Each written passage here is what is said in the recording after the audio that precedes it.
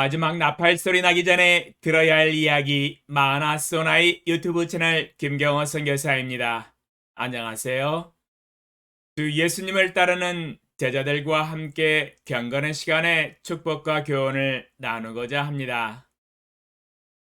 예레미야 39장 1절로 10절 유다의 시드기야 왕의 제9년 열째 달에 바벨론의 느부갓네살 왕과 그의 모든 군대가 와서 예루살렘을 에워싸고 치더니 시드기야의 제11년 넷째 달 아홉째 날에 성이 함락되니라.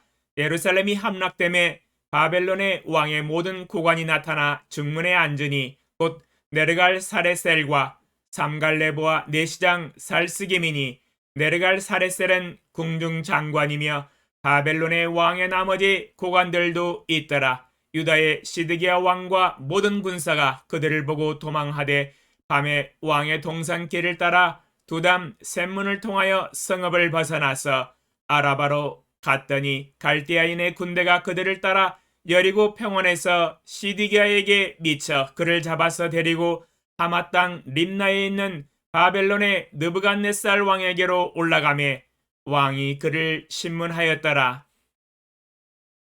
바벨론의 왕이 림나에서 시드기야의 눈앞에서 그의 아들들을 죽였고 왕이 또 유다의 모든 귀족을 죽였으며 왕이 또 시드기야의 눈을 빼게 하고 바벨론으로 옮기려고 사슬로 결박하였더라. 갈대아인들이 왕궁과 백성의 집을 불사르며 예루살렘 성벽을 헐었고 사령관 느부사라단이 성중에 남아있는 백성과 자기에게 항복한 자와 그 외에 남은 백성을 잡아 바벨론으로 옮겼으며 사령관 느부사라단이 아무 소유가 없는 빈민을 유다 땅에 남겨두고 그날의 포도원과 밭을 그들에게 주었더라. 운명이란 무엇인가? 라는 제목으로 말씀을 묵상해 보았습니다. 여기 한 사람의 운명이 있습니다. 오늘 새벽에 집중적으로 스포트라이트를 비추어서 그의 인생의 과정과 결과를 분석해 보았습니다. 시드기야는 다윗의 왕족 계보에서 왕대로 태어났습니다. 모든 사람들이 기뻐하고 축복하였습니다. 사람들의 사랑을 받으며 이 땅에 태어나서 성장을 하였습니다. 하나님은 그를 하나님의 때에 유다의 왕으로 선택하여 주시고 바벨론 느부갓네살 왕으로부터 선택을 받게 하셨습니다. 예레미야 37장 1절 요시아의 아들 시드기야가 여호야김의 아들 고니아의 뒤를 이어 왕이 되었으니 이는 바벨론의 느부갓네살 왕이 그를 유다 땅의 왕으로 삼음이었더라. 예레미야 37장 1절은 시드기야의 인생에 하나님의 놀라운 은혜를 받았다는 것을 증거하고 있습니다. 바벨론 느부갓네살 왕의 선택을 받아서 왕으로 등극하였습니다. 인생이 탄탄대로인 것처럼 보였습니다. 승승장구입니다. 유다의 최고 권력을 손에 쥐었으니 참 하나님으로부터 많은 것을 받은 왕이었습니다. 그러나 궁중의 환경은 호락호락하지 않았습니다. 자기를 따르는 대신들의 대부분이 바벨론 왕을 싫어하였습니다. 모두가 애굽을 의지하고 동맹하여 바벨론으로부터 떠나야 한다고 주장을 합니다. 친애굽 정책이 대세였습니다. 상황이 이러하니 왕으로서 난처하게 되었습니다. 바벨론 왕으로부터 선택을 받아서 왕의 권력을 쥔 은혜를 얻었는데 바벨론 왕을 배반하라고 하니 참 난감하네요. 그러나 하나님은 이러한 와중에서도 시드기야가 나아갈 생명의 길을 명확하게 제시해 주십니다. 예레미야 38장 14절로 23절 시드기야 왕이 사람을 보내어 선지자 예레미야를 여호와의 성전 셋째 문으로 데려오게 하고 왕이 예레미야에게 이르되 내가 내게 한 가지 일을 물으리니 한마디도 내게 숨기지 말라. 예레미야가 시드기야에게 이르되 내가 이 일을 왕에게 아시게 하여도 왕이 결코 나를 죽이지 아니하시리이까 가령 내가 왕을 권한다 할지라도 왕이 듣지 아니하시리이다. 시드기야 왕이 비밀히 예레미야에게 맹세하여 이르되 우리에게 이 영혼을 지으신 여호와께서 살아계심을 두고 맹세하노니 내가 너를 죽이지도 아니하겠으며 내 생명을 찾는 그 사람들의 손에 넘기지도 아니하리라 하는지라. 예레미야가 시드기야에게 이르되 만군의 하나님이신 이스라엘의 하나님 여호와께서 이와 같이 말씀하시되 내가 만일 바벨론의 왕의 고관들에게 항복하면 내 생명이 살겠고 이 성이 불사람을 당하지 아니하겠고 너와 내 가족이 살려니와 내가 만일 나가서 바벨론의 왕의 고관들에게 항복하지 아니하면 이 성이 갈대아인의 손에 넘어가리니 그들이 이 성을 불사를 것이며 너는 그들의 손을 벗어나지 못하리라 하셨나이다. 시드기야 왕이 예레미야에게 이르되 나는 갈대아인에게 항복한 유다인을 두려워하노라. 염려하건대 갈대아인이 나를 그들의 손에 넘기면 그들이 나를 조롱할까 하노라 하는지라. 예레미야가 이르되 그 무리가 왕을 그들에게 넘기지 아니하리이다. 원하옵나니 내가 왕에게 아뢰바 여호와의 목소리에 순종하소서. 그리하면 왕이 복을 받아 생명을 보전하시리이다. 그러나 만일 항복하기를 거절하시면 여호와께서 내게 보이신 말씀대로 되리이다. 보라, 곧 유다 왕궁에 남아있는 모든 여자가 바벨론 왕의 고관들에게 끌려갈 것이요 그 여자들은 내게 말하기를 내 친구들이 너를 깨어 이기고 내 발이 진흙에 빠짐을 보고 물러갔도다 하리라. 내 아내들과 자녀는 갈대아인에게로 끌려가겠고 너는 그들의 손에서 벗어나지 못하고 바벨론 왕의 손에 잡히리라. 또 내가 이 성읍으로 불사람을 당하게 하리라 하셨나이다. 예레미야 38장 14절로 23절에 여호와 하나님은 예레미야 선지자를 통하여 시드기야 왕에게 앞으로 일어날 일들을 자세히 설명해 주었습니다. 두 가지의 선택이 있는데 전자를 선택하면 이렇게 될 것이며 후자를 선택하면 저렇게 될 것이다 명확하게 설명해 주었습니다. 일어날 일들에 대한 명확한 예시를 제시했습니다. 선택하라는 것입니다. 예레미야는 시드기야 왕에게 하나님이 정하신 정답을 제시해 주었습니다. 바벨론 왕에게 항복을 하라는 정답이었습니다. 이것은 시드기야 왕이 죽지 아니하고 살아갈 수 있는 생명의 길이었습니다. 그런데 이게 웬일입니까? 하나님이 권면하신 정답을 버리고 자신의 생각으로 반대의 오답을 선택하여 행동하였습니다. 항복 못하겠다는 것입니다. 참 고집도 세네요. 황소 고집 누가 꺾겠습니까? 죽음의 길을 가겠다고 고집을 피우니 어찌하면 좋습니까? 다시 한번 하나님이 제시한 모범 답안을 자세히 살펴보겠습니다. 첫 번째로 전자의 예시입니다. 바벨론 왕에게 항복하는 선택입니다. 17절에 내가 만일 바벨론의 왕의 고관들에게 항복하면 내 생명이 살겠고 이 성이 불사람을 당하지 아니하겠고 너와 내 가족이 살려니와 20절에 예레미야가 이르되 그 무리가 왕을 그들에게 넘기지 아니하리이다. 원하옵나니 내가 왕에게 아뢰바 여호와의 목소리에 순종하소서. 그리하면 왕이 복을 받아 생명을 보전하시리이다.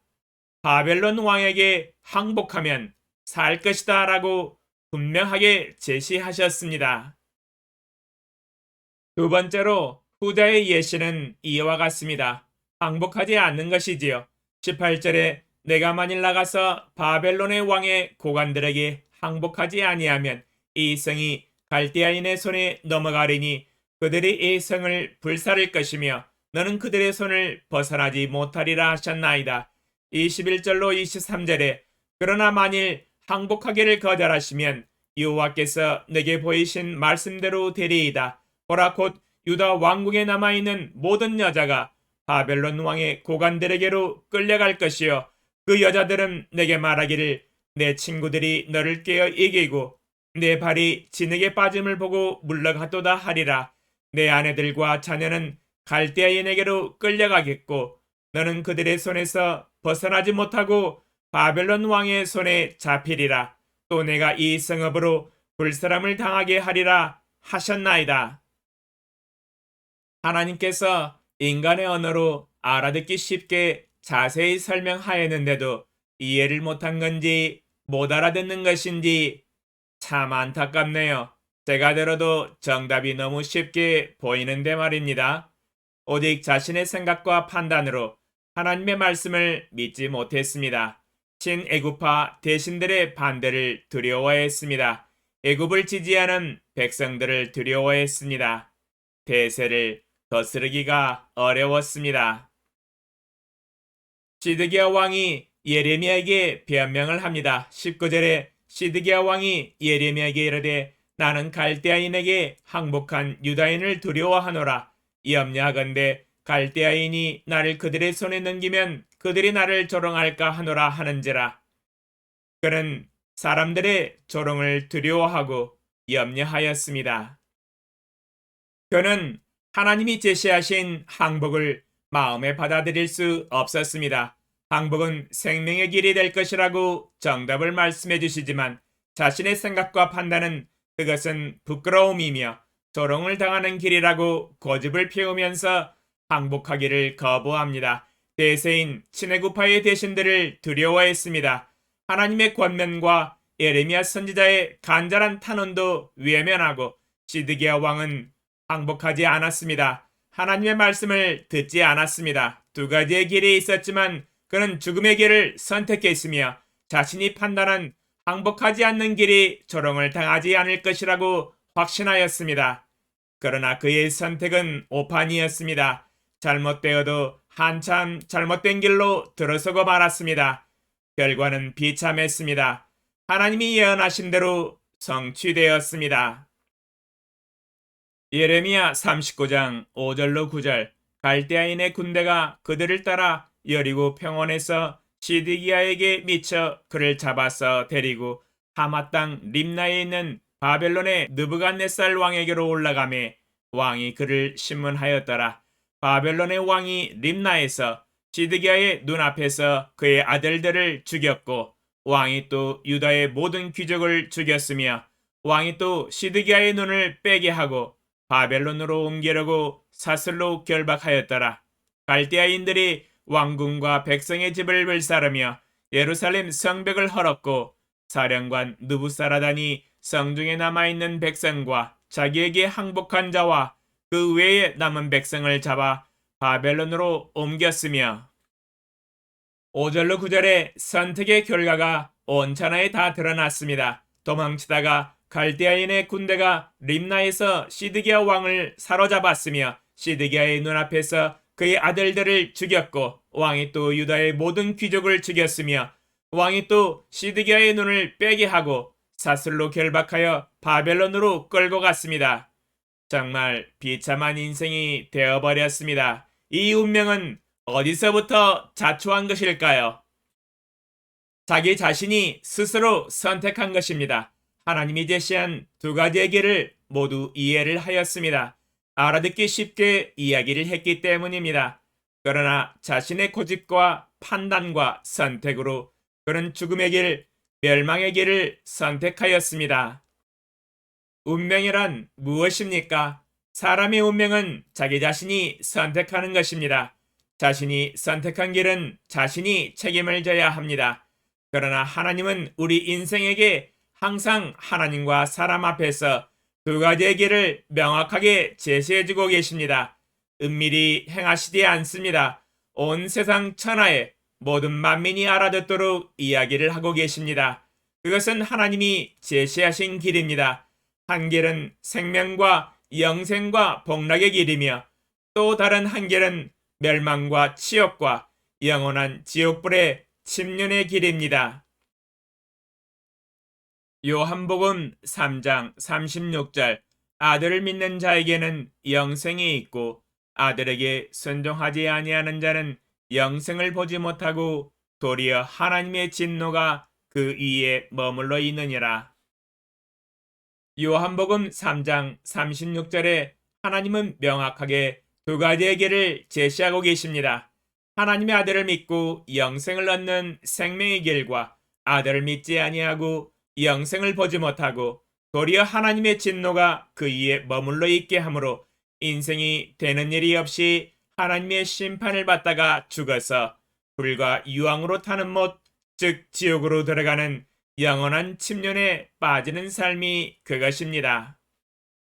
오늘 시드기야 왕의 삶을 통하여 인생의 운명의 결과를 명확하게 가르쳐 주셨습니다.